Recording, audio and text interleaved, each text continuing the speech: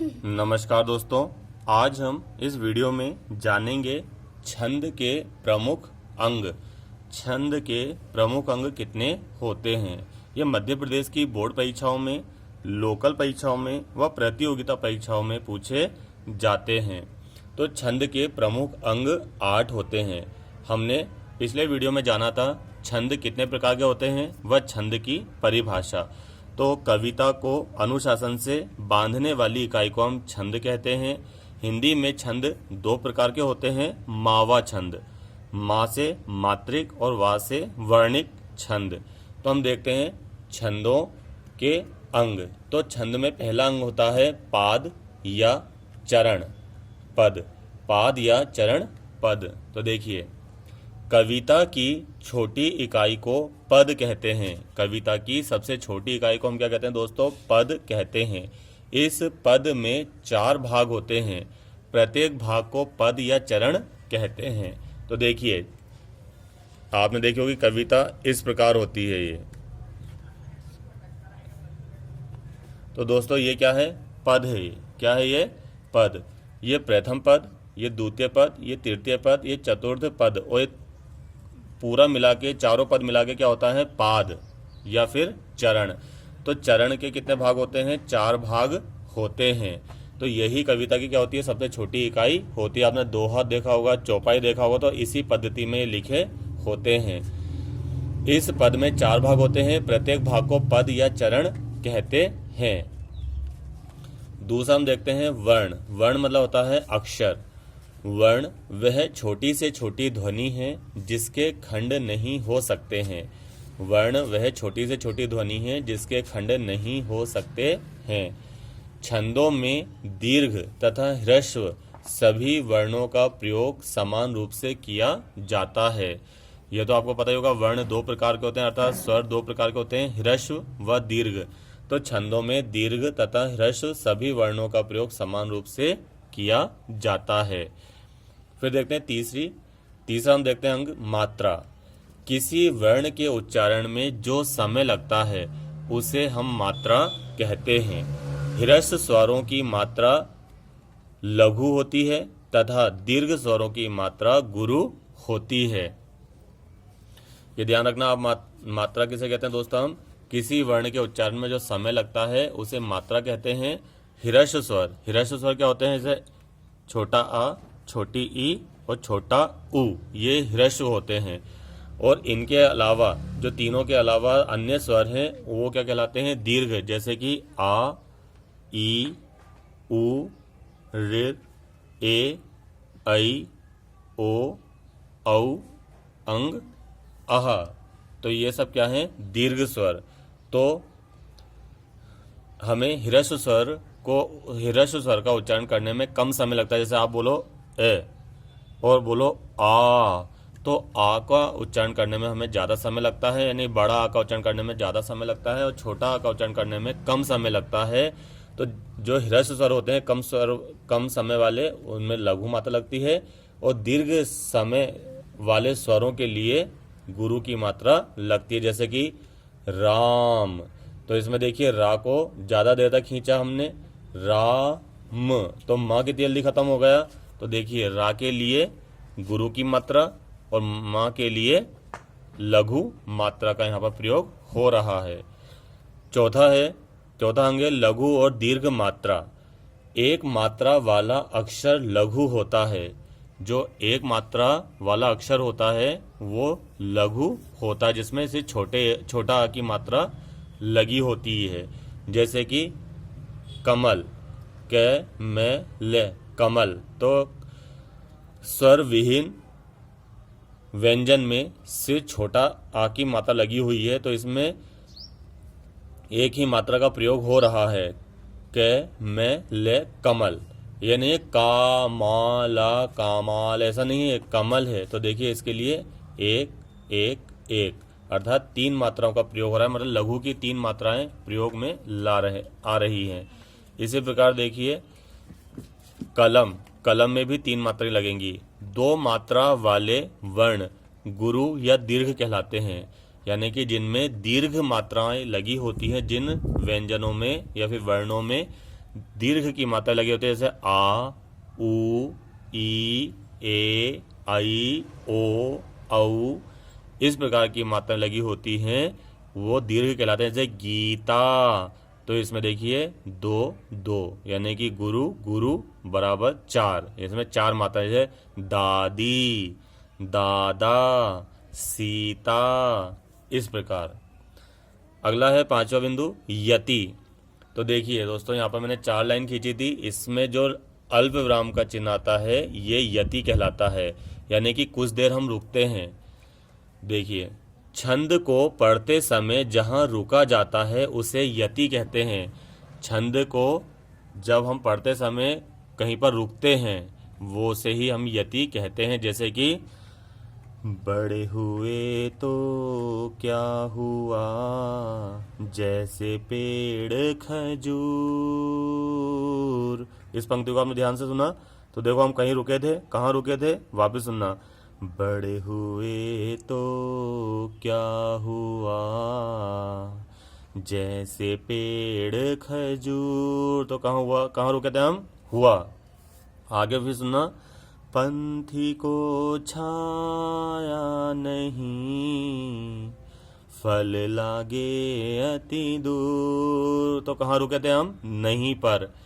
तो यानी कि जहाँ पर हम रुकते हैं, थोड़ी देर के लिए विराम करते हैं, उसे हम कहते हैं यति। इसी प्रकार और देखना, करत करत अभ्यास के, जड़मति होत सुजान। कहाँ रुके हम, के बाद। रसरी आवत जात ते, सिल पर होत निशान। तो कहाँ रुके थे हम, ते के बाद। तो यही होती है यति, यानी कि गीतों में, छंदों में जब पढ़ते समय थोड़ी देर के लिए रुका जाता है, बहुत अल्प समय के लिए रुका जाता है, उसे हम कहते हैं यति। यति हमें सांस लेने में मदद करती है, नहीं तो धारा प्रवाह तो कोई गा ही नहीं पाएगा। अगला हम देखते हैं गति और लय। गति और लय। गति का अर्थ है प्रवाह। जिस प्रकार नदी में प्रवाह होता है, उसी प्रकार छंदों में भी एक प्रकार की धारा होती है, प्रवाह होता है। छंदों के गायन में जो उतार चढ़ाव होता है उसे हम लय कहते हैं। कोई भी आपने गीत की पंक्ति सुनी होगी, कोई छंद सुना होगा, तो सबका एक अलग अलग राग होता है, सब में एक उतार चढ़ाव होता है, तो सब में अपनी एक लय होती है, उसे हम कहते हैं गति और लय। तो छंदों के पढ़ने के प्रवाह को हम कहते हैं गति, और जो उनका उतार चढ़ाव होता है उसे हम कहते हैं लय। जैसे कि आप चौपाई छंद सुनिए। श्याम गौर सुंदर दो भाई,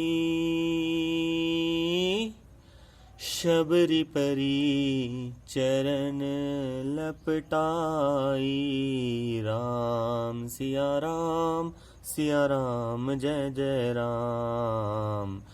तो देखिए, आपने चौपाई छंद सुना, तो इसके आपने शब्दों में देखा होगा, वर्णों में देखा होगा, अलग अलग उतार चढ़ाव है। जैसे कि श्याम गौर, तो गा को हम ज़्यादा खींच रहे हैं और रा को थोड़ा कम खींच रहे हैं, तो यही क्या होता है, उतार चढ़ाव। अब देखिए आप गीति का छंद। हे प्रभु आनंद दाता, ज्ञान हमको दीजिए, शीघ्र सारे दुर्गुणों को दूर हमसे कीजिए, लीजिए हमको शरण में, हम सदाचारी बने। इसी प्रकार देखिए आप दोहा छंद। दोहा छंद का क्या है, दोहा छंद है, रही मन धागा प्रेम का, मत तोड़ो चटकाए, टूटे से फिर ना जुड़े, जुड़े गांठ पड़ जाए, रही मन जुड़े गांठ पड़ जाए। ये हैं आपके मात्रिक छंद थे। तो इसमें देखिए आप गति और लय अलग अलग है, उतार चढ़ाव शब्दों का अलग अलग है, यानी कि ह्रस्व स्वरों में अलग उतार है और दीर्घ स्वरों में अलग चढ़ाव है। इसी प्रकार आप देखिए वार्णिक छंद, तो धूरी भरे अति शोभित सामजो, तैसी बनी सिर सुंदर चोटी, काग के भाग बड़े सजनी, हरि हाथ सो ले गयो माखन रोटी। ये आपका सवैया छंद का उदाहरण है। फिर इसी प्रकार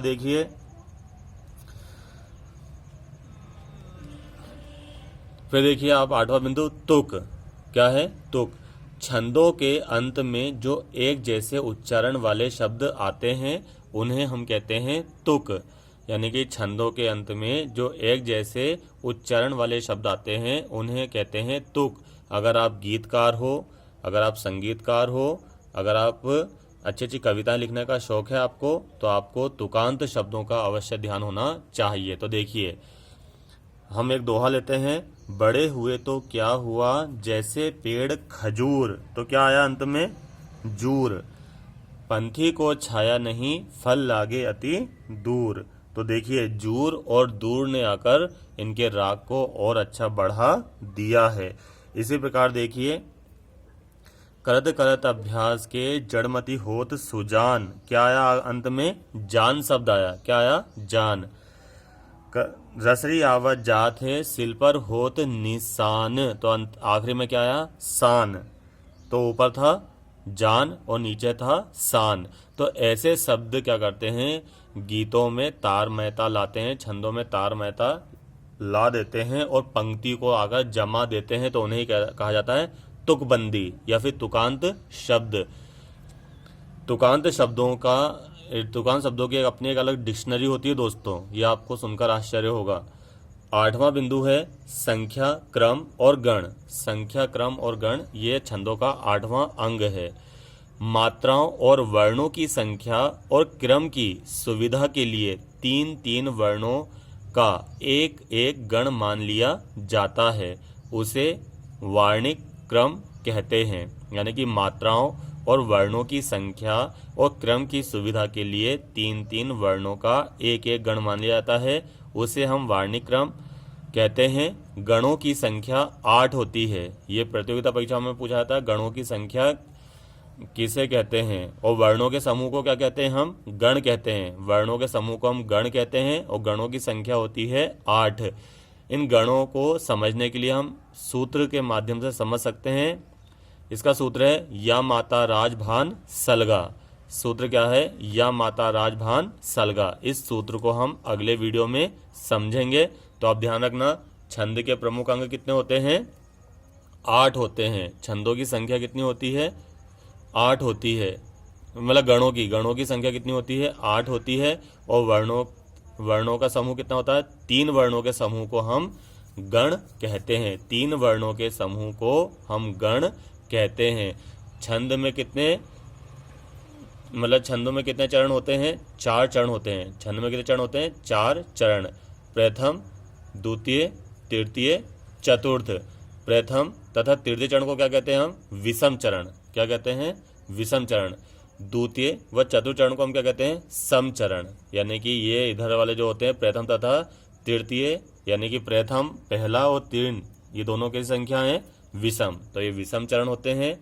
और ये दोनों क्या होते हैं? समचरण होते हैं। इनको भी प्रतियोगिता परीक्षाओं में पूछ लिया जाता है। धन्यवाद।